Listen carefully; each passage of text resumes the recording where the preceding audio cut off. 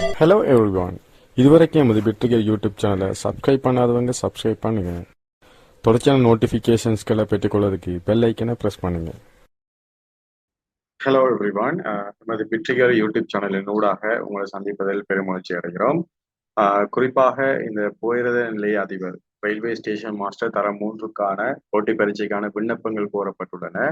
இதில் அதிகளவான ஸ்டூடெண்ட்ஸ் கேட்டுக்கொண்டதற்கு இணங்க இது எவ்வாறு விண்ணப்பிப்பது, ரயில்வே மாஸ்டர் பதவி என்றால் என்ன, அது தொடர்பான ஒரு தெளிவான காணொலியாகத்தான் இந்த காணொலி அமைய இருக்கிறது. இந்த காணொலியை யாரும் ஸ்கிப் பண்ணாம தொடர்ச்சியாக பாருங்க. இதனூடாக பல விடயங்களை நீங்க பெற்றுக்கொள்ளக்கூடிய மாதிரி இருக்கும். உங்களோட சந்தேகங்களும் தெளிவுபடுத்தக்கூடிய மாதிரி இருக்கும். முதல்ல இந்த புகையிரத நிலைய அதிபர், ஓகே, இந்த போட்டி பரீட்சையை பத்தி பார்க்க போனோம்னு சொன்னா, இது 5 வருடங்களுக்கு ஒரு தடவை சாதாரணமாக நடத்தப்பட்டு கொண்டிருக்கிற பரீட்சையாக உள்ளது. இது 2015ஆம் ஆண்டு நடந்ததுக்கு பிற்பாடு 2019ஆம் ஆண்டு இதற்கான பரீட்சைக்கு விண்ணப்பங்கள் கோரப்பட்டு 2020-21 காலப்பகுதியில் நடத்தப்பட்டு 22ஆம் ஆண்டு அப்பாயின்மெண்ட் வழங்கப்பட்டது. அதற்கு பின்னர் தற்போது 2025 விண்ணப்பங்கள் கோரப்பட்டுள்ளது. செப்டம்பர் மாதம் அளவில் இதற்கான பரீட்சை நடத்தப்பட உள்ளது. ஓகே, இந்த ரயில்வே ஸ்டேஷன் மாஸ்டர் பதவியை பொறுத்த வரைக்கும் இதன் தகமைகளை நாங்க தெளிவாக கெசட் வர்த்தமானியின் ஊடாக நாங்க பார்க்கறதுக்கு இருக்கிறோம். மடதிர சலரியை பார்த்தீங்கன்னு சொன்னா 93,810 ரூபா. மேலும் இதனோடு சேர்த்து மேலதிக கொடுப்பனவுகள் உள்ளடங்கலாக சுமார் 1 லட்சத்துக்கு மேற்பட்ட சலரி நீங்க எடுக்கக்கூடிய மாதிரி இருக்கும். குறிப்பாக நமது பிட்ரிகர் அகாடமியால தொடர்ச்சியாக பல்வேறு போட்டி பரீட்சைகளுக்கான தொடர்ச்சியான வழிகாட்டல் வகுப்புகள் நாங்கள் செய்து கொண்டிருக்கிறோம். அதிலும் குறிப்பாக இவ்வாண்டு எமது அகாடமியால பல சாதனைகள், பல அடைவு மட்டங்களை அடைந்திருக்கு. அதுல குறிப்பிட்டு சொல்ல போவோமான்னு பார்த்தோம்னு சொன்னா, இதுல இறுதியாக வெளிவந்த சட்டக்கல்லூரி நுழைவு பரீட்சை, அதுல தெரிவு செய்யப்பட்ட மாணவர்கள்ல 6 பேர் தமிழ் மீடியம், அதுல 3 பேர் எங்களோட அகாடமியினூடாக கல்வி வென்ற மாணவர்கள் என்பது குறிப்பிடத்தக்கது. அதே வேளையில இறுதியாக வெளியாகிய வடமேல் மாகாண ஆசிரியர் போட்டி பரீட்சை பெறுபற்றின் அடிப்படையில் 25 மாணவர்கள் எம்முடைய கற்றவர் மாணவர்கள் தெரிவு செய்யப்பட்டாங்க.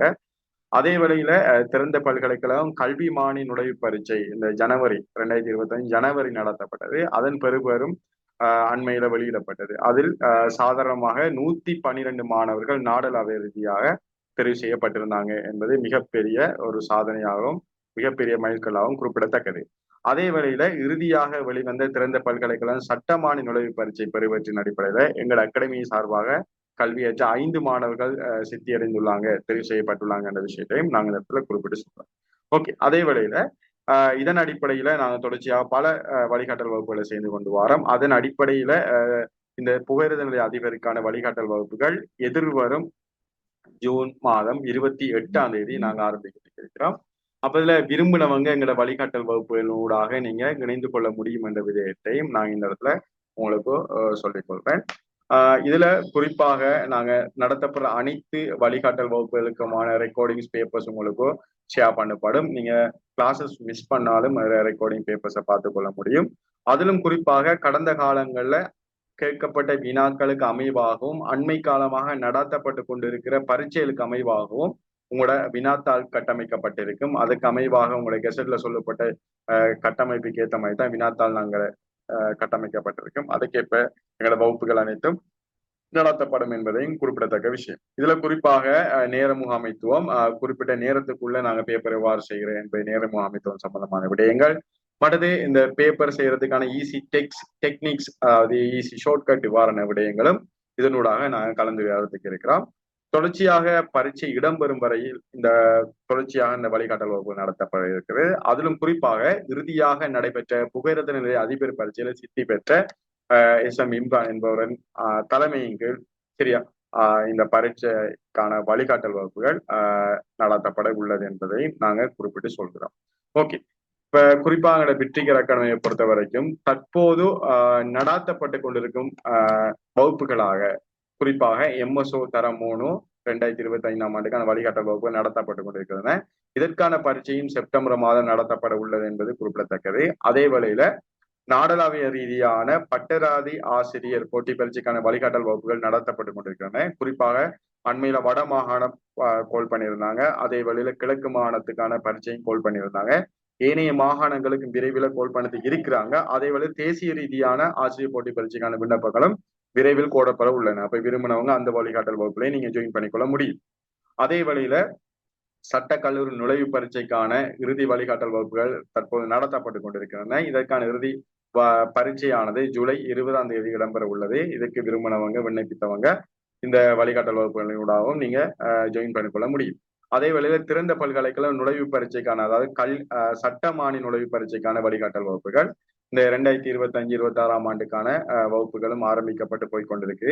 விரும்பினவர்கள் ஜாயின் பண்ணலாம்.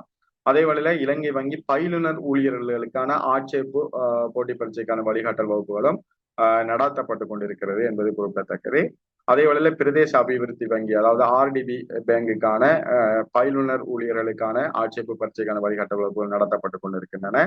அதே வேளையில சுற்றாடல் அலுவலகர் போட்டி பரீட்சைக்கான வழிகாட்டல் வகுப்புகளும் நடத்தப்பட்டு கொண்டிருக்கின்றன. இது தற்போது எமது பிட்ரிகர் அகாடமியால நடத்தப்பட்டு கொண்டிருக்கும் பரீட்சை போட்டி பரீட்சை வழிகாட்டல் வகுப்புகளாக இவற்றை நாங்கள் குறிப்பிட்டுக் கொள்ள முடியும். அதே வேளையில நடத்தப்பட இருக்கின்ற வகுப்புகளாக புகையிரத நிலைய அதிபர் தர 3க்கான வழிகாட்டல் வகுப்புகள் எதிர்வரும் ஜூன் 28 முதல் ஆரம்பிக்கப்பட இருக்கின்றன. அதே வேளையில நீதிமன்ற உரை பெயர்ப்பாளர் போட்டி பரீட்சைக்கான வழிகாட்டல் வகுப்புகளும் ஜூன் 28 முதல் ஆரம்பிக்கப்பட உள்ளன. அதே வேளையில நீதிமன்ற தட்டச்சாளர் மற்றும் சுருக்கெழுத்தாளர் போட்டி பரீட்சைக்கான வழிகாட்டல் வகுப்புகளும் ஜூன் 28 முதல் ஆரம்பிக்கப்பட உள்ளன. அதே வேளையில இலங்கை உள்நாட்டு இறைவரி சேவை தரம் 3 போட்டி பரீட்சைக்கான இறுதி வழிகாட்டல் வகுப்புகள் ஜூலை 8 முதல் ஆரம்பிக்கப்பட உள்ளன.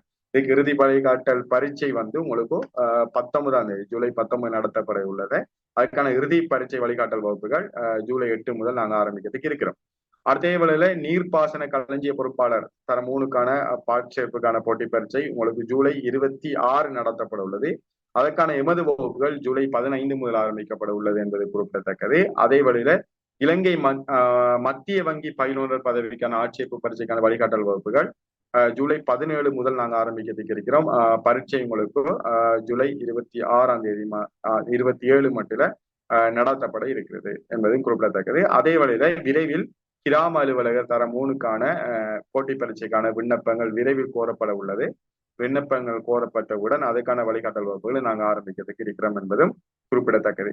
இவ்வாறு நாங்கள் தொடர்ச்சியான பல போட்டி பரீட்சைகளுக்கு நமது பிட்ரிகர் அகாடமியால பல மாணவர்கள் எங்களை கை கொடுத்து கொண்டிருக்கிறோம். பல மாணவர்கள் எங்களை பரீட்சையில எங்கள்கிட்ட படிச்ச மாணவர்கள் நல்ல பெறுபேறுகள் எடுத்திருக்காங்க, சாதனை படைத்திருக்காங்க, சித்தி அடைந்திருக்காங்க என்பதும் மிகவும் குறிப்பிடத்தக்க விடயம். அந்த வகையில இப்ப இன்றைய இந்த வீடியோ ஊடாக நாங்க என்னத்தை பார்க்க இருக்கிறோம்னு சொன்னா எவ்வாறு இந்த புகையிரத அதிபர் போட்டி பரீட்சைக்கு விண்ணப்பிப்பது.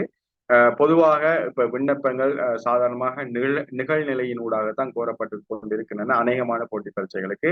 ஆனால் புகையிரத நிலை அதிபர் பரீட்சைக்கோ நீதிமன்ற உரை பெயர்ப்பாளர் பரீட்சைக்கோ நீதிமன்ற தட்டச்சாளர் சுருக்கெழுத்தாளர் போட்டி பரீட்சைகளுக்கோ ஆன்லைன் விண்ணப்பங்கள் அதாவது நிகழ்நிலை விண்ணப்பங்கள் கோரப்படவில்லை.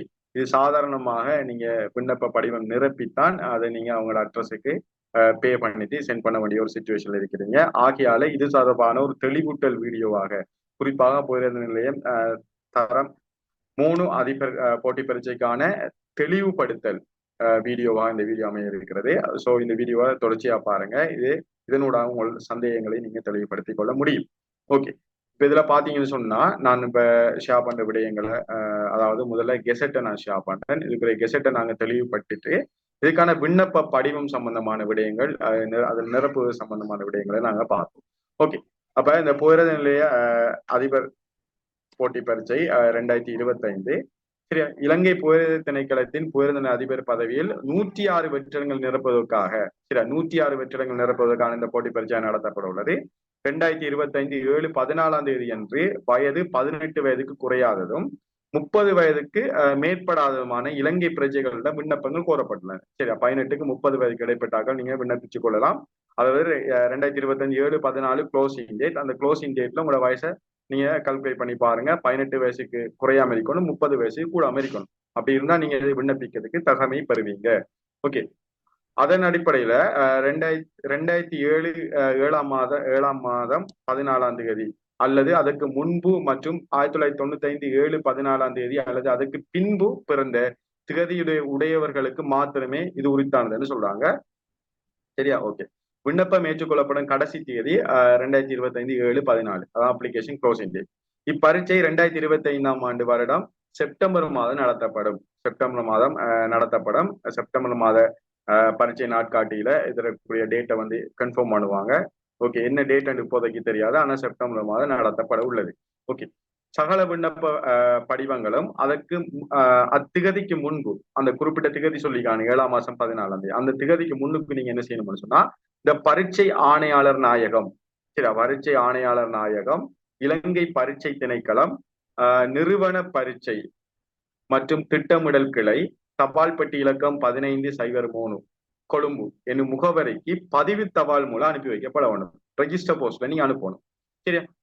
விண்ணப்ப படிவம் தனிப்பட்ட பெயருக்கோ அல்லது கொண்டு வந்து கையளித்தலோ ஏற்றுக்கொள்ளப்பட மாட்டாது. நீங்க டைரக்டா போய் கொடுக்கலாம், போஸ்ட்ல தான், ரெஜிஸ்டர் போஸ்ட் தான் அனுப்பணும். பூரணமற்ற, முறையற்ற, தேவையான தகமைகளை கொண்டிராத, முறைப்படி பரீட்சை கட்டணம் செலுத்தப்படாத, தாமதித்து கிடைக்கும் விண்ணப்பம் எவ்வித அறிவித்தலுமின்றி நிராகரிக்கப்படும். நீங்க பூரணமற்ற விண்ணப்ப படிவமோ அல்லது முறையாக பேமெண்ட் பண்ணாத விண்ணப்ப படிவங்களோ அல்லது அவங்க கேட்கிற தகமைகள் இல்லாம நீங்க நிரப்பினாலோ என்னையும் அது உங்களுக்கு ரிஜெக்ட் பண்ணப்படும், நிராகரிக்கப்படும் சொல்லிக்காங்க.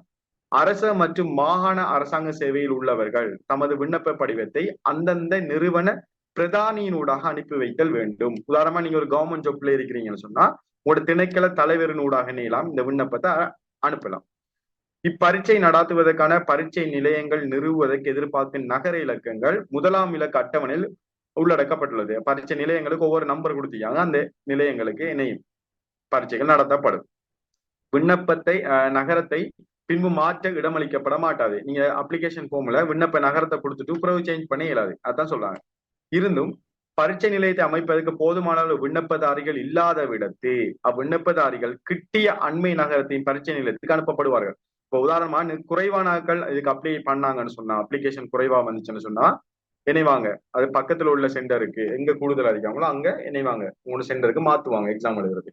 அது சொல்லியா குறிப்பிடப்பட்டுள்ள சகல நகரங்களிலும் அல்லது அதிகமான நகரங்களில் பரீட்சை நிலையத்தை அமைப்பதற்கு போதுமான அளவு விண்ணப்பதாரிகள் தொகை விண்ணப்பிக்காத விடத்து கொழும்பில் பரீட்சை நடத்துவதற்கும் பரீட்சை ஆணையாளர் நடவடிக்கை மேற்கொள்ளப்படும். அதாவது இவங்க சொன்னப்பட்ட அந்த விண்ணப்ப நகரங்கள்ல போதிய அளவான பரீட்சாதிகள் இல்லாத பட்சத்துல கொழும்புல மட்டும் பரீட்சையை நடத்துவாங்க, அதையும் சொல்லியிருக்கிறாங்க. ஓகே, இதுல பாத்தீங்கன்னு சொன்னா குறிப்பாக அட்டவணைன்னு சொல்லிக்காங்க பாருங்க. 1ஆம் அட்டவணை, இந்த அட்டவணையின் ஊடாக ஒவ்வொரு நகரத்துக்குரிய பரீட்சை அந்த எக்ஸாமினேஷன் சென்டருக்குரிய இலக்கம் கொடுத்திருக்காங்க. இது உங்களோட அப்ளிகேஷன் ஃபார்ம்ல இந்த சென்டர் இலக்கம் போடணும். நீங்க நான் அப்ளிகேஷன் ஃபார்ம் ஃபில் பண்ற விஷயத்த நாங்க உங்களுக்கு தெளிவுபடுத்துவேன், அப்போ உங்களுக்கு விளங்கும் அந்த விஷயங்கள். அப்ளிகேஷன் ஃபார்ம் இல்லாதவங்களும் இந்த திரையில காணப்படுற இந்த வாட்ஸ்அப் நம்பருக்கு நீங்க மெசேஜ் ஒன்று போடுவேன் ஊடாக இந்த அப்ளிகேஷன் ஃபார்மை உங்களுக்கு ஃப்ரீயாக நாங்க அனுப்பி வைப்போம். இந்த விஷயத்தை நான் உங்களுக்கு சொல்லித்தரேன். ஓகே, நீங்க உங்களுக்கான அப்ளிகேஷன் ஃபார்ம் எடுத்துக்கொள்ள முடியும்.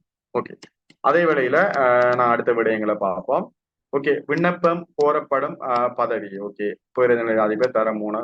ஓகே, பதவியின் கடமையின் தன்மை. சரி, அந்த என்ன ஜாப்ஸ் நீங்க செய்ய போறீங்க, அதுல தன்மை என்னன்னு சொல்லியிருக்காங்க. இலங்கை புகையிர திணைக்களத்தின் கீழ் உள்ள புகையிரத நிலையங்களின் செயற்பாடுகளுக்கு அமைய புகையிரத பொது முகாமையாளரின் பிரதிநிதியாக செயற்பட்டு புகையிரத பொது முகாமையாளரால் குறிப்பாக வழங்கப்படும் ஆள் நிர்வாகம், நிதி மற்றும் வணிக நடவடிக்கை, இணைப்பு செயற்பாடுகள், இயக்க செயற்பாடுகள், பிரவேச பத்திரம் மற்றும் கணக்கியல் நடவடிக்கை உட்பட பல்வேறு தன்மை உடையதும் மேற்பார்வை கடமைகளை காரியங்களும் மேற்கொள்ளப்படும் பதவிகள் பிரிவாகும். என்னென்ன ஜாப் செய்யறேன்னு சொல்லி இதுல சொல்லியிருக்காங்க அந்த டிஸ்கிரிப்ஷன்ல. ஓகே, சம்பள அளவு திட்டம் சொல்லியிருக்கிறாங்க. அதாவது 2025ஆம் ஆண்டு இறுதியாக வந்த சுற்றறிக்கையின் பிரகாரம் 93,810 ரூபா சொல்றாங்க. இதுல சில கொடுப்பன உள்ளடங்களாகத்தான் சொல்றாங்க. இதே சலரி வந்து அதாவது இது மேலும் அதிகரிக்க முடியும். இந்த சலரியை அதாவது மேலதிக வேலை செய்வதனூடாக, ஓவர் டைம் ஒர்க் செய்வதனூடாக, இன்னும் பல கொடுப்பனூடாக உங்களோட சலரி 1 லட்சத்துக்கும் அதிகமா எடுக்கலாம். எடுக்கிறவங்களும் நிறைய பேர் இருக்கிறாங்க. ஸோ மேலும் மேலும் போக போக நீங்க என்னலாம் உங்களோட சம்பளத்தை அதிகரிச்சு கொண்டு போகலாம். இது தரம் 3 தான். இதுல இருந்து தரம் 2, தரம் 1 பதவி நிலைகளுக்கு நீங்க போகும்போது உங்களோட சலரி மேலும் அதிகரிச்சு கொண்டு போகும் என்பதும் குறிப்பிடத்தக்க விடயம். இதுல கல்வி தராதரம் என்று சொல்ற விடயங்கள் கொஞ்சம் கவனமா பாத்தீங்கன்னு சொன்னா, இதுல குறிப்பாக சிங்களம் அல்லது தமிழ் அல்லது ஆங்கிலம் 3 மொழி பாடங்கள்ல ஏதாச்சும் ஒரு பாடம், அது ஒன்றுக்கு மேற்பட்ட பாடம் என்றாலும் பிரச்சனை இல்லை, ஏதாச்சும் ஒரு பாடம்னா சொல்றாங்க. அல்லதுன்னு சொன்னா ஏதாச்சும் ஒரு பாடம். சரி, 3லயும் கட்டாயம் இருக்க வேண்டிய அவசியம் இல்லை, 3ல 1. சரியா? இந்த மூணு மொழி பாடங்களை ஏதாச்சும் ஒரு பாடத்துல சியும், சரியா? அதே வேளையில கணிதத்திலையும் சி இருக்கணும் உங்களுக்கு, சரியா? அப்ப அதே 2 பாடம் சி. அதே வேளையில மேலும் இரு விடயங்கள்ல திறமை சித்தி, அதாவது மேலும் 2 பாடங்களை சி இருக்கணும். 2 பாடங்கள் சொல்லும் போது கட்டாய பாடங்கள்ல மேலும் 2 பாடங்கள். அப்ப நல்லா தெளிவா விளங்கிக் கொள்ளணும். மொத்தம் ஓ லெவல் எக்ஸாம்ல கட்டாய பாடம் 6. அதுல 4 சி 2 எஸ் இருக்கணும் உங்களுக்கு. அந்த 4 சிலையும் குறிப்பாக மொழி பாடங்கள்ல ஒரு சியும், கணிதத்துல ஒரு சியும், அதோட ஏனைய 2 சியும் இருக்கணும். அதே வேளையில ஏனைய 2 பாடங்கள் எஸ் சித்தியும் இருக்கணும். அதான் குறைந்த மினிமம் குவாலிபிகேஷன். அதான் குறைந்த, அதாவது கழிப்பதாக சாதாரண பரீட்சையில. அதே வேளையில ஒரே தடவையில் கேட்கிற படியால ஒரே தடவை 1 சிட்டிங்ல இருக்கணும். இப்ப சில பேர் ஃபெஸ்ஏல மெச்சில சி இல்லாம எஸ் எடுத்து வச்சு அல்லது ஃபெயில் ஆகி செகண்ட் சைல் எடுத்தாக்கள் இதுல அப்ளை பண்ண இயலாது. அப்ளை பண்ணாலும் நீங்க ரிஜெக்ட் பண்ணப்படுவீங்க. அதே போலதான் தமிழ் அல்லது ஆங்கிலம் அல்லது சிங்களம் ஏதாச்சும் ஒரு மொழி பாடத்துல ஃபெஸ்ஏல உங்களுக்கு இந்த மொழி பாடங்கள்ல எந்த ஒரு மொழி பாடங்களையும் உங்களுக்கு சி சித்தி இல்லாம 2வது முறை நீங்க எக்ஸாம் எழுதி சி சித்தி பெற்றிருந்தாலும் நீங்க விண்ணப்பித்தாலும் நீங்க ரிஜெக்ட் பண்ணப்படுவீங்க என்றது மிக முக்கியமான விடயம். இதை நீங்க தெளிவாக விளங்கிக் கொள்ள வேண்டும். ஓகே. அதே வேளையில கல்வி பொதுத்தர உயர்தரம் ஏ லெவல் எக்ஸாம் பத்தி சொல்லாங்க, சரியா? இதுல 3 சப்ஜெக்ட், பிரதானமான 3 பாடங்கள்ல, அதாவது பொது சாதாரண பரீட்சை, பொது ஆங்கிலம் போன்ற பரீட்சைகள் தவிர பிரதானமான 3 பாடங்கள்ல சாதாரண சித்தி, அதாவது எஸ் சித்தி பெற்றிருந்தா போதுமானது, சரியா? அதான் நீங்க எதிர்பார்க்கிறாங்க. ஓகே. அதே வேளையில உடல் சார் தகமைகள், கல்வி சார் தகமைகள் மாத்திரம் இருந்து போதாது, உடல் சார் தகமைகளும் தேவைப்படும். இந்த உடல் சார் தகமைகளாக பொதுவாக சகல விண்ணப்பதாரிகளும் இலங்கையில் எப்பாகத்திலும் கடமையாற்றக்கூடிய உடல் சார் தகுதியையும் சகல வழிகளையும் பெற்றிருந்தல். இலங்கையில எந்த ஒரு பகுதியிலையும் நீங்க ஒர்க் பண்ணக்கூடிய அந்த உடல் சார் தகமையை உங்களுக்கு இருக்கணும். அதே வேளையில பதவியின் கடமையை மேற்கொள்வதற்கு போதுமான அளவு உடல் உள தகுதியை பெற்றிருக்க வேண்டும். உடல் ரீதியாகவும் உள ரீதியாகவும் மன ரீதியாகவும் நீங்க அதுக்கு தயாராக இருக்கணும் என்றாங்க. அடுத்தது உயரம் 5 அடி 4 அங்குலம் மற்றும் நெஞ்சளவு 32 அங்குலம் குறையாதிருத்தல் வேண்டும், சரியா? அப்ப 5 அடி 4 அங்குலத்துக்கு குறைவான உயரம் கொண்டவர்கள் விண்ணப்பித்தாலும் நீங்க எக்ஸாம்ல பாஸ் ஆனாலும் ரிஜெக்ட் பண்ணப்படுவீங்க. அதே வேளையில நெஞ்சளவு 32 அங்குலம் இருக்கணும். அதை விட குறைவாக இருக்கிற விண்ணப்பதாரிகளும் ரிஜெக்ட் பண்ணப்படுவீங்க. அதே வேளையில 6x6 அளவு கண் பார்வையை கொண்டிருத்தல் வேண்டும், சரியா? இந்த கண் பார்வைக்கான டெஸ்டிங் எல்லாம் நடக்கும். அதாவது நீங்க பாஸ் பண்ணதுக்கு பிறகு, சித்தி பெற்றதுக்கு பிறகு உங்களுக்கான நேர்முக பரீட்சையின் போதோ உங்களோட உயரம், மற்றது உங்களோட மார்பளவு, மற்றது உங்களோட கண் பார்வை, இவ்வாறான விடயங்கள் பரிசோதிக்கப்படும். அதிலும் நீங்க சித்தி பெற்றா மாத்திரம்தான் உங்களுக்கான விண்ணப்பங்கள், அப்பாயின்மெண்ட்ஸ் உங்களுக்கு கிடைக்கும், சரி? நியமனம் வழங்கப்படும். வேறு தராதரம் என்று சொல்லும் போதோ இலங்கை பிரஜையாக இருக்கணும். அது பொதுவா இலங்கை பிரஜை இல்லாம வெளிநாட்டு பிரஜை அப்ளை பண்ணல தானே. சோ இலங்கை பிரஜையா இருக்கணும். விண்ணப்பதாரிகள் சிறந்த நன்னடத்தையை கொண்டிருக்க வேண்டும் சொல்றாங்க. அதே வேளையில ஆண் விண்ணப்பதாரிகளுக்கு மாத்திரம் விண்ணப்பிக்க முடியும், பெண்கள் இதுல விண்ணப்பிக்க முடியாது. ஆண் விண்ணப்பதாரிகள் மாத்திரமே விண்ணப்பிக்க முடியும். இவ் அறிவித்தலை வர்த்தமானில் பிரசித்தப்படுத்தும் தேதி என்று சகல தராதரங்களை பூரணப்படுத்தி இருக்கணும், சரியா? வர்த்தமானில பிரசுரித்தாங்க என்ன டேட், அந்த டேட்ல இருந்து சகல தராதரங்களும் பூரணமாக இருக்க வேண்டும் சொல்றாங்க, சரி? அது ஆட்சேர்ப்பு முறையை பாத்தீங்கன்னு சொன்னா இலக்கம் 6ல சொல்லுவாங்க ஆட்சேர்ப்பு முறை. மேலும் மேலே உள்ள 5 குறிப்பிடப்பட்டுள்ள தராதரங்களை பூரணப்படுத்தி உள்ள விண்ணப்பதாரிகளுக்கான திறந்த எழுத்து மூல போட்டி பரீட்சையை நடாத்தி பெற்றுக்கொள்ளும் திறமைகளின் வரிசைப்படி ஆட்சேர்ப்பு செய்யப்படும். விண்ணப்பம் கோரப்படும் சந்தர்ப்பத்தில் நிலவிய வெற்றிடங்கள் மாத்திர நிரப்பப்படுவதுடன் காத்திருப்போர் விடாப்பில் வைத்து ஆட்சேர்ப்பு செய்யப்பட மாட்டாது, அதாவது வெயிட்டிங் லிஸ்ட்ல கொடுக்க மாட்டாங்க அந்த மாதிரி சொல்றாங்க. 106னா 106 பேருக்கு தான் கொடுப்பாங்க அந்த மாதிரி விஷயம் சொல்றாங்க. ஓகே. ஆட்சேர்ப்பு பரீட்சை திட்டம்னு சொல்றாங்க. பரீட்சைகள் பரீட்சை ஆணையாளர் நாயத்தினால் நடத்தப்படும். பரீட்சை முறை பரீட்சை சிங்களம் மற்றும் தமிழ் மொழிகளில் நடத்தப்படும், சரியா? 2 மொழிகள்லாம் பரீட்சை நடத்தப்படும், ஒன்று சிங்களம் அல்லது தமிழ். சகல கேள்வித்தாள்களுக்கு மேற்கூறப்பட்ட 5 கீழ் தராதரத்தை பெற்ற மொழி மூலமாகும். விண்ணப்பித்த மொழி மூலத்தை பின்பு மாற்று இடமளிக்கப்பட மாட்டாது. நீங்க என்ன மொழி மூலத்தை கொடுக்குறீங்களோ, தமிழ் மீடியமா சிங்கள மீடியமா கொடுத்துட்டு பிறகு மாற்ற இயலாது. நீங்க அதுல அப்ளை பண்ண மாதிரி தான் நீங்க எழுதிடணும்னு சொல்றாங்க. அடுத்தது பரீட்சை விடயங்கள். பொதுவா இதுல 2 சப்ஜெக்ட் இருக்கு. ஒன்று மொழித்திறன். மொழித்திறன் சம்பந்தமான சப்ஜெக்ட், இன்னொன்று நுண்ணறிவு பரீட்சை என்று.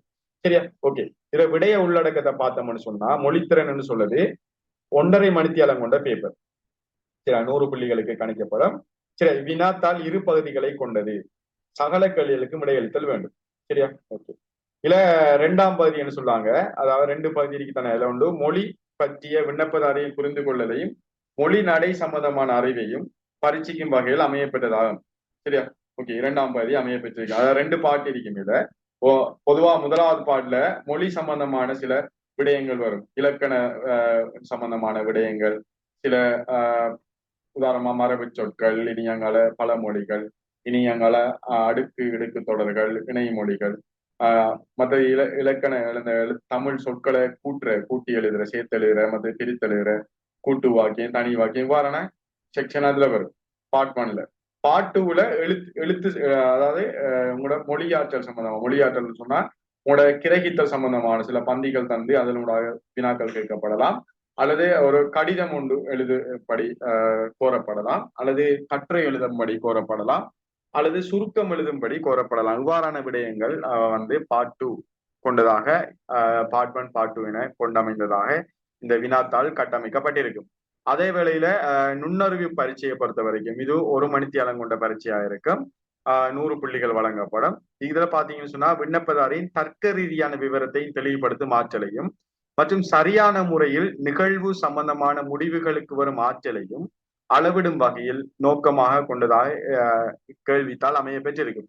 இது பல்தேர்வு கேள்விகளை கொண்டதுடன் சகல கேள்விகளும் விடையளிக்க வேண்டும். மொத்தமாக 50 வினாக்கள் இதுல உள்ளடக்கப்பட்டிருக்கும். நுண்ணறிவு பரீட்சையில தமிழ்ல எத்தனை வினாக்கள் என்று குறிப்பிட்டு சொல்ல முடியாது. ஆனா நுண்ணறிவு பரீட்சையில 50 வினாக்கள் உள்ளடக்கப்படும். 50 வினாத்தாள்களும் 50 வினாக்களும் உங்களுக்கு MCQ கொஸ்டின்ஸ் தான் வரும். சரியா? இதுல பல்வேறு விடயதானங்கள் உள்ளடக்கப்பட்டிருக்கும். பொதுவா தர்க்க ரீதியான விவரம்னு சொல்லுவாங்க. தர்க்க ரீதியான விவரத்துக்குள்ள நிறைய விடயதானங்கள் உள்ளடக்கப்படும். அது நாங்க வகுப்புல நாங்க எவ்வாறு விரிவாக நாங்க அது சம்பந்தமா தெளிவான விளக்கத்தை நாங்க பார்ப்போம். ஓகே. அதன் அடிப்படையில இந்த பரீட்சை நடத்தப்பட இருக்கிறது.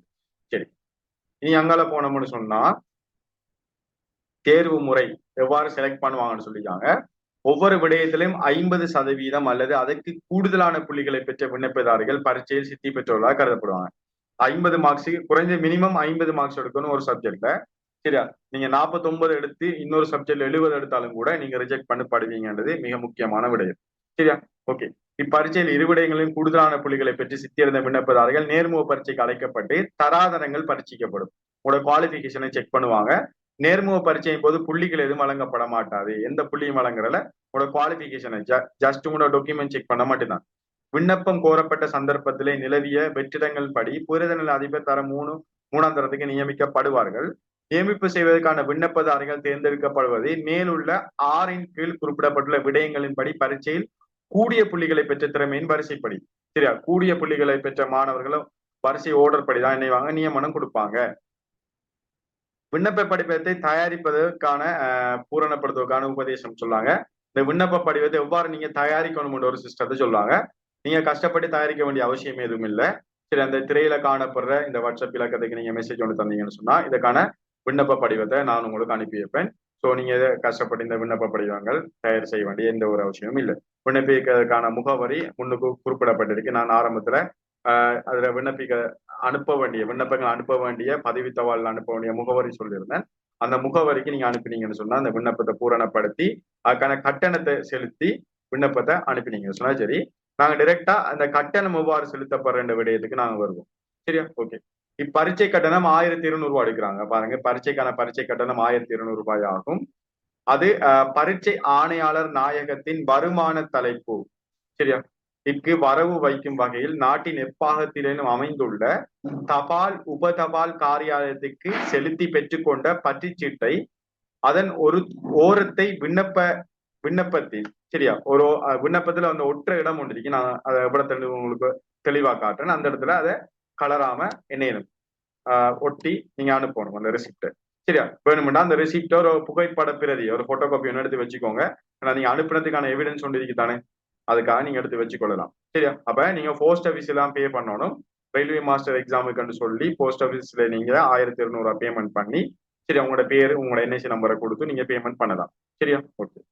இதுல பாத்தீங்கன்னு சொன்னா விண்ணப்ப பாருங்க, விண்ணப்ப பத்திரத்தை இட்டு அனுப்பும் கடித உரையின் இடது பக்க மேல் மூலையில எப்படி குறிப்பிடணும்னு சொன்னா அந்த கடிதத்துல இலங்கை புகையிரத திணைக்களத்தின் புகையிரத நிலைய அதிபர் தரம் 3ஆம் வகுப்புக்கு ஆட்சேர்ப்பு செய்யும் திறந்த போட்டி பரீட்சை 2025 இந்த வசனம் அதுல குறிப்பிடணும்.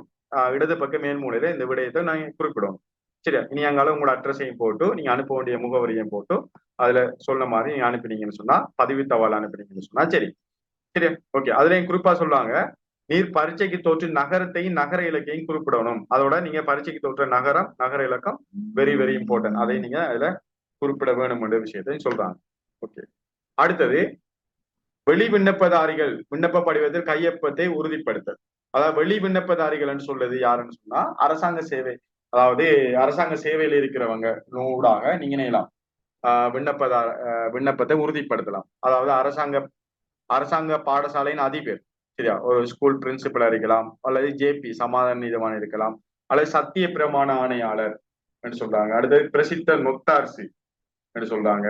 ஓகே. முப்படைகள் அதிகாரமுடைய உத்தியோகத்தர் என்று சொல்றாங்க. போலீஸ் சேவையில் வர்த்தமானில் பிரசுரிக்கப்பட்ட பதவியை வைக்கும் உத்தியோகத்தர், அரசாங்க சேவையில் பதவி நிலை தரத்தை உடைய உத்தியோகத்தர் ஒருவரால் மேற்கொள்ளப்பட வேண்டும். சரி, இவ்வாறானவங்களூடாக நீங்க என்ன செய்யலாம்னு சொன்னா நீங்க விண்ணப்பத்தை உறுதிப்படுத்தலாமா? சரியா? உங்களோட அப்ளிகேஷன்ல பின்னுக்கு கையொப்பத்தை விண்ணப்பதாரியின் கையொப்பத்தை உறுதிப்படுத்தல் என்ற செக்ஷன் இருக்கு. அந்த செக்ஷனோட ஊடாக இந்த இதுல பேர் சொல்லி குறிப்பிடப்பட்ட நபர்கள் ஊடாகத்தான் நீங்க நினையலாம் அதை உறுதிப்படுத்த முடியும். அடுத்தது தற்போது அரசாங்க சேவையில் உள்ள விண்ணப்பதாரிகளின் கையொப்பத்தை கிட்டிய சேவை நிலைய பிரதானியினால் உறுதிப்படுத்திக் கொள்ளல் வேண்டும்.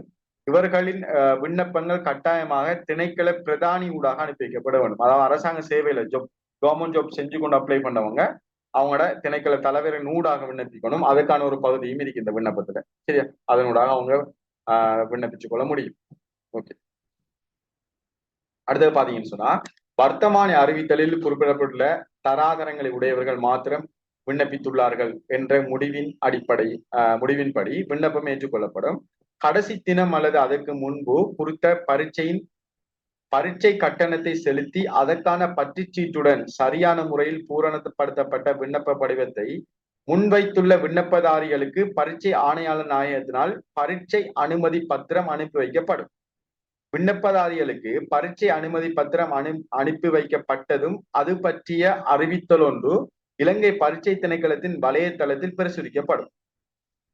அறிவித்தல் வெளியிடப்பட்டு 2 அல்லது 3 நாட்களுக்கு பரீட்சை அனுமதி பத்திரம் கிடைக்க பெறாத விடத்து அவ்வறிவித்தலில் குறிப்பிட்டுள்ளபடி அது பற்றி இலங்கை பரீட்சை திணைக்களத்துக்கு அறிவித்தல் வேண்டும்.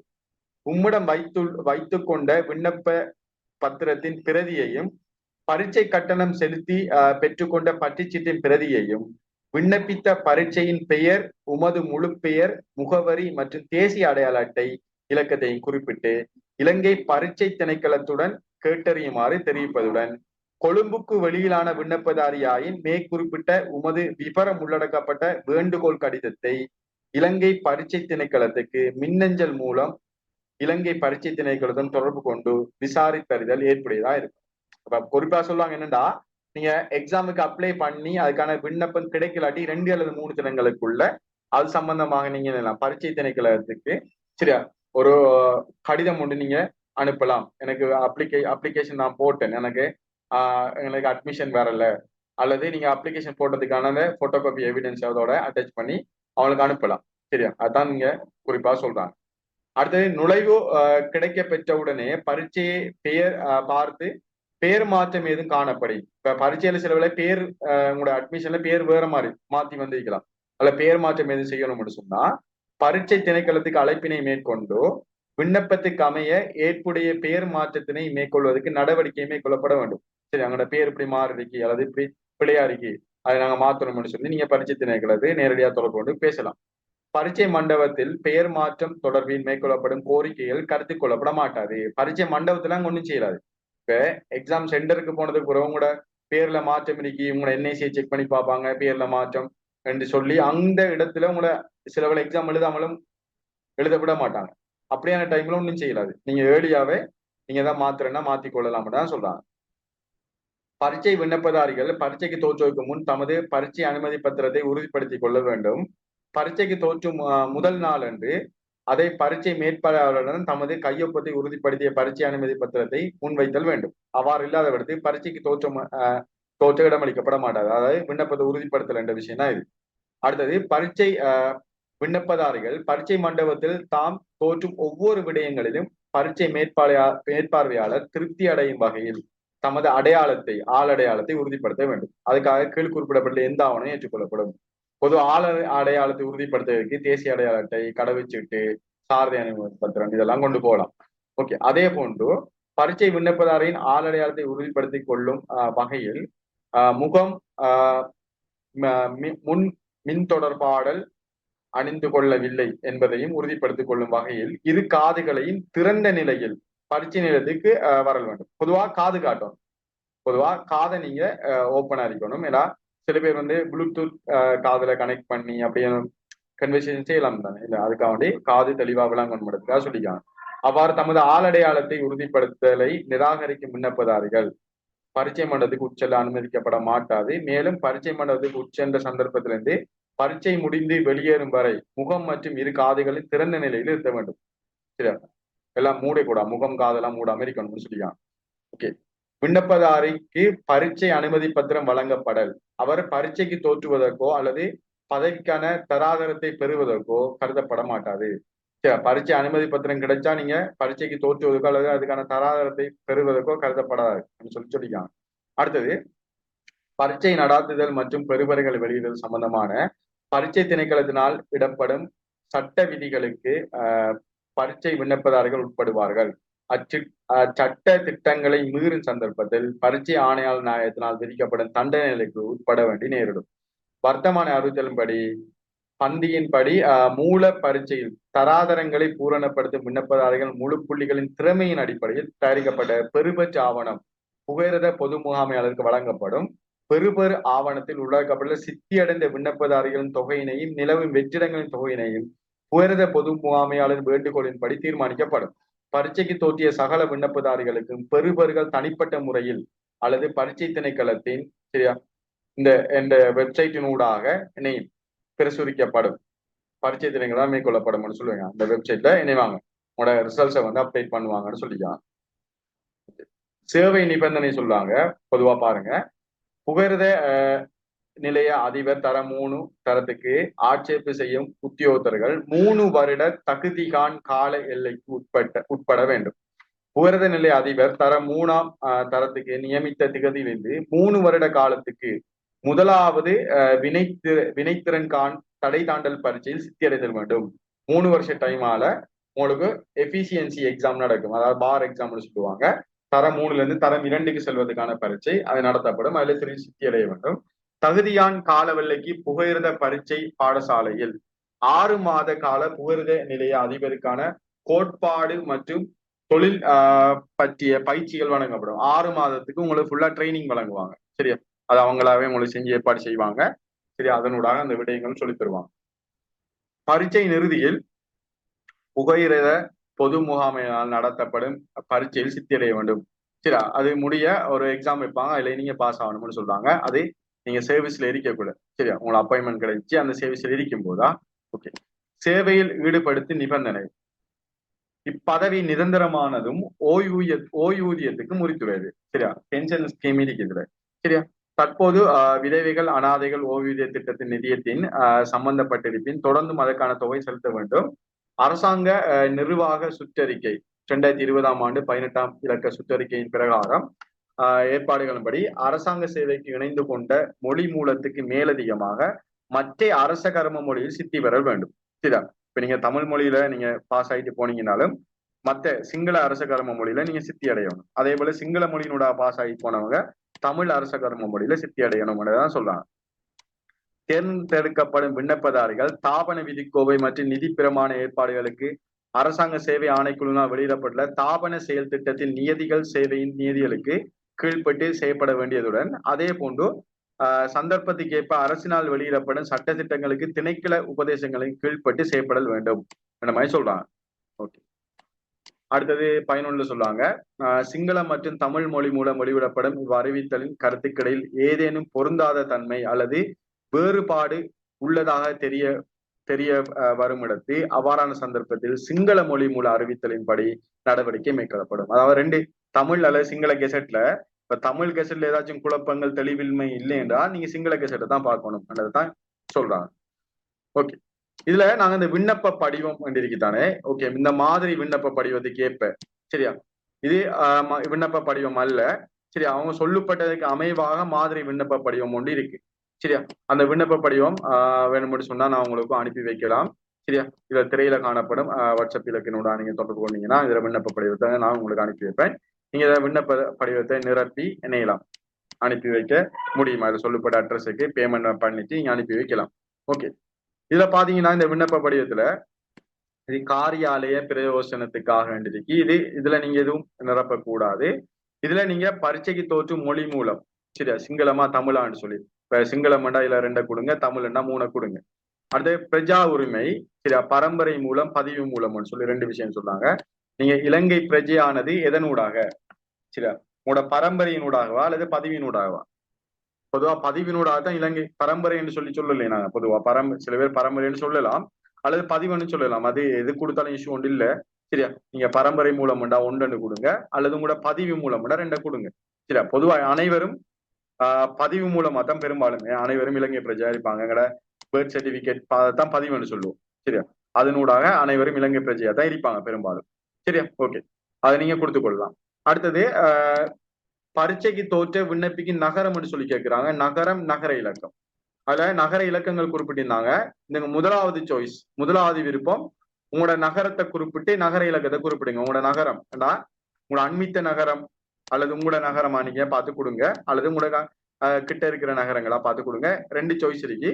முதலாவது சாய்ஸை தான் முதல்ல கருத்தில் கொள்வாங்க. முதலாவது சாய்ஸ்ல நீங்க கொடுக்குற நகரத்துக்கு போதிய அளவு விண்ணப்பதாரிகள் இல்லாத விடத்து 2வது சாய்ஸ்ல இருக்கிற நகரத்தை செக் பண்ணுவாங்க. 2வது சாய்ஸ்லயும் அந்த போதிய விண்ணப்பதாரிகள் இல்லாத விடத்து இணைவாங்க. அதுக்கு வேற அண்மித்த நகரம் எங்கேயும் இருக்கான்னு பார்ப்பாங்க. அப்படியும் அண்மித்த நகரத்திலையும் இல்லாத விடத்து இறுதியாக கொழும்புக்கும் நீங்க எக்ஸாம் எழுத போக வேண்டி வரும் சரியா. ஓகே, அதுக்கேற்ற மாதிரி தான் அவங்க செக் பண்ணுவாங்க. அடுத்த பாத்தீங்கன்னு சொன்னால உங்களோட முழு பேர் கேட்கிறாங்க சரி. அவங்களோட முழு பேரை நீங்க குறிப்பிடணும். இங்கிலீஷ்ல என்ன போட்டிக்காங்க பாருங்க சரியா. 2, அதாவது சிங்களத்துல அல்ல தமிழ்ல உங்களோட முழு பேரை குறிப்பிடணும். அது ஆங்கில கேபிட்டல் எழுத்துக்களை யூஸ் பண்ணி உங்களோட முழு பேரை சொல்லணும் சரியா. அப்ப மொழி பேரன்னு சொல்லக்கூட பொதுவாக உங்களோட தந்தையர பேரை சொல்லிட்டு அங்கால உங்களோட பேரை சொல்றது சிறந்தது சரியா. முதல்ல தந்தையர பேர் வரணும், அதுக்கப்புறம் உங்களோட பேர் வரணும். அவ்வாறு முழு பேரை குறிப்பிட்டுக் கொள்ளுங்க. அதே போல ஆங்கில கேபிட்டல் எழுத்துக்கள்லையும் உங்களோட முழு பேரை எழுதி கொள்ளுங்க. அதே போல நிரந்தர முகவரி என்று சொல்ற இடத்துல தமிழ் அல்லது சிங்களத்துல உங்களோட நிரந்தரமா நீங்க இருக்கிற முகவரியை கொடுத்து கொள்ளுங்க சரியா. நம்பர் 16 ஒரு ரோட்ல பேர் இருக்கும், ஒரு ஸ்ட்ரீட் அண்டு வரும், அது ரோட் அண்டு வரும், அங்கால உங்களோட சிட்டியில பேர் சரியா. அவ்வாறு ஆங்கிலத்திலும் எழுதுங்க, தமிழையும் எழுதி கொள்ளுங்க. அதே வேளையில தொலைபேசி இலக்கம், உங்களோட கையடக்க தொலைபேசி இலக்கத்தை இதுல கொடுத்து கொள்ளுங்க. அதே வேளையில அலுவலக தொலைபேசி இலக்கம், அதாவது ஆபீஸ்ல ஒர்க் பண்றாங்களுக்கு தான் இது வரும் சரியா. நீங்க உதாரணமா ஒரு கவர்மெண்ட் செக்டர்ல அரச திணைக்களங்கள்ல அரச சேவையில இருக்கிறவங்க இந்த எக்ஸாம் எழுதுறாக்களுக்கு தான் இந்த அலுவலக தொலைபேசி இலக்கம் வரும். ஏனைய ஆட்களுக்கு இது வராது சரியா. மற்ற ஆட்களுக்கு ஃபில் பண்ண வேண்டிய அவசியம் இல்லை. மற்றவங்க இந்த கையடக்க தொலைபேசியை மட்டும் கொடுத்தா போதுமானது. ஆனா ஆபீஸ்ல ஒர்க் பண்றவங்க, அதாவது கவர்மெண்ட் செக்டர்ல கவர்மெண்ட் சர்வீஸ்ல ஒர்க் பண்ணவங்க இந்த 2 தொலைபேசி இலக்கத்தையும் பூரணமா நிரப்ப வேண்டும். அதே வழியில தேசிய அடையாள அட்டை இலக்கத்தை இந்த இடத்துல குறிப்பிட்டுக் கொள்ளணும். மற்றது ஆண் பெண் தன்மை சரியா. இது ஆண் பெண் தன்மை என்று உண்மைக்கும் இது தேவையில்லை என்று சொன்னா இதுக்கு விண்ணப்பம் யாரு விண்ணப்பிக்கலாம், ஆண்கள் மாத்திரம் விண்ணப்பிக்கலாம். அப்ப இது ஒரு தேவையில்லாத விடயம் தான். இருந்தாலும் இல்ல இது சொன்னபடி நாங்க இதை நிரப்பத்தான் வேணும் சரியா. ஓகே, அப்ப ஆண்ன்னு சொன்னா 0 மட்டும் கொடுத்தீங்கன்னா சரி. ஓகே, அடுத்தது அதாவது இந்த 1 தொடக்க 5 வரையான விடயங்கள்லாம் முதலாவது பேஜ்ல வரணுமா சரியா. முதலாவது பேஜ்ல வரணும். 2வது பேஜ்ல 6ல ஸ்டார்ட் ஆகும் சரியா. 6வது விடயம் 2வது பேஜ்ல ஸ்டார்ட் ஆகும். இல்ல இனத்தொகுதி என்று சொல்லுவாங்க. இல்ல நீங்க என்ன இனத்தொகுதியோ அதுக்குரிய இலக்கத்தை கொடுங்க. சிங்களமா அல்லது இலங்கை தமிழா, இந்திய தமிழா, முஸ்லீமா, பரங்கியரா, மலாயரா அல்லது வேறா, அதை நீங்க இதுல குறிப்பிட்டு கொள்ளுங்க. மற்றது வதிவிடம் சரியா. கிராம அலுவலகர் பிரிவு சரியா. என்ன கிராம அலுவலக பிரிவுல இருக்கிறீங்கன்னு உங்களோட கிராம அலுவலக பிரிவிட எழுதுங்க. என்ன கிராம அலுவலக பிரிவு என்று சொல்லி அதுல பேர் எழுதிட்டு அதை இலக்கம் இருக்கும். ஒவ்வொரு கிராம அலுவலக பிரிவுக்கும் ஒரு இலக்கம் கொடுத்திருப்பாங்க. அந்த இலக்கத்தை இந்த பாக்ஸ்ல போடுங்க. அது பிரதேச செயலாளர் பிரிவு என்னென்று எழுதுங்க. இதுல எழுதிட்டு உங்களோட மாவட்டம் என்னென்று எழுதுங்க. சரியா? ஓகே. அதே வழியில உங்களோட பிறந்த திகதி, சரியா, நீங்க பிறந்த வருடம், மாதம், திகதியை குறிப்பிடுங்க. அதே வழியில தற்போது கடமை புரியும் நிறுவனம். நீங்க இது எல்லாருக்கும் வராது. இது யாருக்கு வரும்னு சொன்னா அரசு சேவையில் உள்ளவர்களுக்கு மட்டுமா, தனியார் அதாவது பிரைவேட் செக்டர்ல நீங்க ஒர்க் பண்றாங்களுக்கும் வராது. இது அதாவது அரசு சேவையில நீங்க வேலை செஞ்சீங்கன்னா மட்டும்தான் தற்போது கடமை புரியும் நிறுவனம் வரும். சரியா? மற்றபடிக்கு ஒர்க் பண்ணாதவர்களுக்கு இந்த இந்த இது நிரப்ப வேண்டிய அவசியம் இல்லை. தனியார் துறையில ஒர்க் பண்றாங்களும் இது நிரப்ப வேண்டிய அவசியம் இல்லை. ஓகே. அடுத்தது கல்வி தராதரத்தை பாத்தீங்கன்னு சொன்னா காப்போத சாதாரண தரம். சரியா? உங்களோட சுட்டனை கொடுங்க. ஓ லெவல் எக்ஸாம் சுட்டனை கொடுங்க. உங்களோட வருடம் எத்தனையாம் ஆண்டு நீங்க எழுதினீங்கன்னு உங்களோட வருடத்தை கொடுங்க. சரியா? உங்களோட 9 பாடங்களையும் நீங்க இதுல கொடுத்துக் கொள்ளுங்க. சரியா? என்னென்ன பாடம். சரியா? அப்ப பாட தொகுதி இலக்கம், ஒரு பாடத்துக்கு இலக்கம் இருக்கின்றானே, பாட இலக்கம் முதலாவது குளம்ல பாட இலக்கம், இதுல பாடம், இதுல பெறுபேறு. சரியா? அதன் அடிப்படையில இதை நீங்க நிரப்பிக் கொள்ளணும். அதுக்கு பிறகு பாத்தீங்கன்னு சொன்னா உயர்தரத்துல உங்களோட சுட்டனை கொடுங்க. அதுல வருடத்தை கொடுங்க. இதுல உங்களோட உயர்தர 3 பாடம் தான், 4 போட்டிருக்கு. அந்த 3 பாடம் தான் குறிப்பிடணும். 4 பாடம் இல்லையே, 3 பாடம். பிரதான 3 பாடத்தை மட்டும் இதை கொடுங்க. இதுல பாட இலக்கங்களை கொடுங்க. என்ன பாடம் கொடுங்க. இதுல பெறுபேற கொடுத்துக் கொள்ளுங்க. சரியா? 11வது, நீர் எப்போதாவது ஏதேனும் குற்றத்துக்காக நீதிமன்றத்தினால் குற்றவாளியாக்கப்பட்டுள்ளீரா குறித்த அடைப்புக்குறிக்குள் அடையாளத்தை இடவும். சரி, நீங்க நீதிமன்றத்தால ஏதாச்சும் தவறு செஞ்சு குற்றவாளியாக நீங்க தண்டனை கிடைச்சிருக்கா உங்களுக்கு, அப்படி கிடைச்சா ஆமண்டு சொன்னா ஆமண்டதுக்குள்ள இந்த புள்ளடியை போடுங்க. இல்லையென்றா இல்லைக்குள்ள புள்ளடியை போடுங்க. சரி, அடுத்தது 12வது பாருங்க. 12வது விஷயம் என்னன்னா, இது இறுதி பேஜ், 4வது பேஜ். சரியா? இப்ப இதுல என்னன்னு சொன்னா விண்ணப்பதாரியின் உறுதிப்படுத்திகை. சரியா? விண்ணப்பத்தில் தன்னால் வழங்கப்பட்டுள்ள தகவல்கள் தனக்கு தெரிந்த வகையில் உண்மையானதும் சரியானது எனவும் தெரிவித்துக் கொள்கிறேன். நீங்க உண்மையானதும் இந்த விடயங்கள் எல்லாம் அனைத்தும் சரியானதை நீங்க தெரிவித்துக் கொள்கிறீங்க. இங்கு ஏதேனும் பகுதி பூரணப்படுத்தப்படாததால் அல்லது உடன் அல்லது பிழையான முறையில் பொய்யான முறையில் பூரணப்படுத்தி தனது விண்ணப்பத்தை இரத்து செய்யப்படும் என்பதையும், சரி, நீங்க பிழையா இதை ஃபில் பண்ணீங்கன்னா இந்த அப்ளிகேஷன் ரிஜெக்ட் ஆகும். அதான் சொல்லிக்காங்க. சரி, பதவிக்காக தேர்ந்தெடுக்கப்பட்டதன் பின்பு மேற்கூறப்பட்ட விடயம் தெரியப்படும் இடத்து பதவிக்காக நியமிக்கப்பட்ட தினம் இரத்து செய்யப்படும் எனவும். சரியா? நீங்க இதெல்லாம் பிழையான விடயங்களை நோட் கொடுத்து நீங்க பாஸ் ஆகி அப்பாயின்மெண்ட் கிடைச்சதுக்கு பிறகும் இதுல விடயங்கள் பிழையானது என்று பின்னுக்கு தெரிய வந்துச்சுன்னு சொன்னா என்னையும் உங்களுக்கான பதவி நிராகரிக்கப்படும், ரிஜெக்ட் பண்ணப்படும் என்ற விஷயத்த சொல்றாங்க. சரியா? நன்றாக அறிவேன். அதன் விளைவை நான் தனிப்பட்ட முறையில் ஏற்றுக்கொள்கிறேன். அதனால வார தண்டனைகளோ அதுல வார பிரச்சனையோ நான் ஏற்றுக்கொள்கிறேன் என்று இதுல சொல்லப்படுது. மேலுள்ள ஆனாவில் குறிப்பிடப்பட்ட விடயங்கள் பொய்யானதென நான் பதவிக்கு நியமிக்கப்பட்ட பின்பு தெரிய வரும் இடத்து. சரியா? மேலுக்கு அங்க ஆனாண்ட பகுதியில சொல்லப்பட்ட விடயமா நான் பொய்யான விடயங்களை சொல்லி நான் பதவி கிடைச்சிச்சேன்னு சொன்னா அது சேவையிலிருந்து நீக்கப்படுவதற்கும் கீழ்ப்படிவதற்கும் தெரிவித்துக் கொள்கிறேன். சரி, அதன் விளைவை நான் தனிப்பட்ட முறையில் ஏற்றுக்கொள்கிறேன் என்று சொல்லி நீங்க என்ன கீழுக்கு ஆம் திகதி என்று சொல்லாங்க. ஆம் திகதி என்று சொல்லாங்க. அப்ப இந்த திகதி இந்த இடத்துல விண்ணப்பத்தை உறுதிப்படுத்துற அந்த திகதியை போடணும். சரியா? அந்த திகதியை போட்டு ஆம் திகதி. சரியா? தபால் நிலையத்துக்கு. சரியா?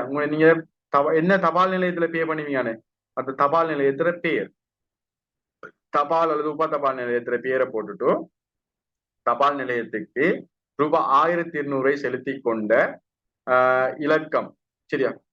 இலக்கம், அந்த இலக்கத்தை அந்த பட்டிச்சீட்டுல ஒரு நம்பர் இருக்கும். அந்த நம்பரை இந்த இதுல கொடுக்கணும். சரி, அந்த ரிசிப்ட்ல நீங்க அதாவது தபாலகத்துல பே பண்ண அந்த ரிசிப்ட்ல ஒரு நம்பர் வருவாங்க. அந்த நம்பரை இந்த புள்ளிக்கோட்ல கொடுத்துட்டு உடைய பட்டிச்சீட்டு இத்துடன் இணைக்கப்பட்டுள்ளது என்று நீங்க அந்த பட்டிச்சீட்டை இந்த பொக்ஸுக்குள்ள நீங்க பசைய பூசி கம்ம பூசி என்ன ஒட்டணும் இந்த இடத்துல. சரியா? பட்டிச்சீட்டின் ஒரு ஓரத்தை கலன்றி விடாதவாறு இங்க ஒட்டணும். இந்த இடத்துல நல்லா ஒட்டினீங்கன்னு சொன்னா சரி. சரியா? ஓகே.